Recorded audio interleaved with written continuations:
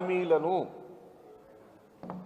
రైతులకు మోసం చేశావు, కూలీలకు మోసం చేశావు, మహిళలకు మోసం చేశావు, అన్ని తీర్ల మోసం చేశావు.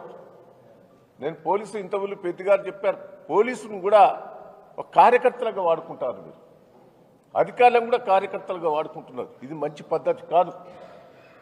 నేను అధికారులను కూడా రిక్వెస్ట్ చేస్తున్నా,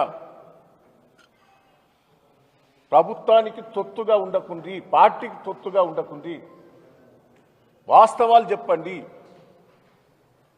అబద్ధాలు చెప్పకుండి. పోలీసు వాళ్ళు కూడా దయచేసి తప్పుడు కేసులు పెడుతున్నారు చాలా మంది మీద. పోలీసు వాళ్ళకు కూడా చెప్తున్నాం, మళ్ళీ వచ్చేది బీఆర్ఎస్ టీఆర్ఎస్ ప్రభుత్వమే. ఏ అధికారులు తప్పుడు చేసినా, తప్పుడు కేసులు పెట్టినా పోలీసు వాళ్ళ మీద మేము వదిలిపెట్టాం. ప్రజల్లో తిరుగుబాటు వచ్చింది. రేపు లోకల్ బాడీ ఎన్నికల్లో కూడా అన్నిట్లా బీఆర్ఎస్ టీఆర్ఎస్ఏ గెలవబోతుంది. మీరు జాగ్రత్తగా ఉండాలని అధికారులకు కూడా నేను రిక్వెస్ట్ చేసి చెప్తున్నా. రేవంత్ రెడ్డి గారు కూడా మార్పు తెచ్చుకో, ఇప్పటికైనా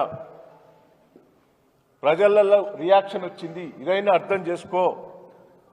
ప్రభుత్వం ఏదైతే మీరు హామీలు ఇచ్చారో అవన్నీ నిలబెట్టుకోవాలని మేము బీఆర్ఎస్ టీఆర్ఎస్ తరఫున డిమాండ్ చేస్తున్నామని కూడా ఈ సందర్భంగా మీకు తెలియజేస్తున్నాం. Thank you.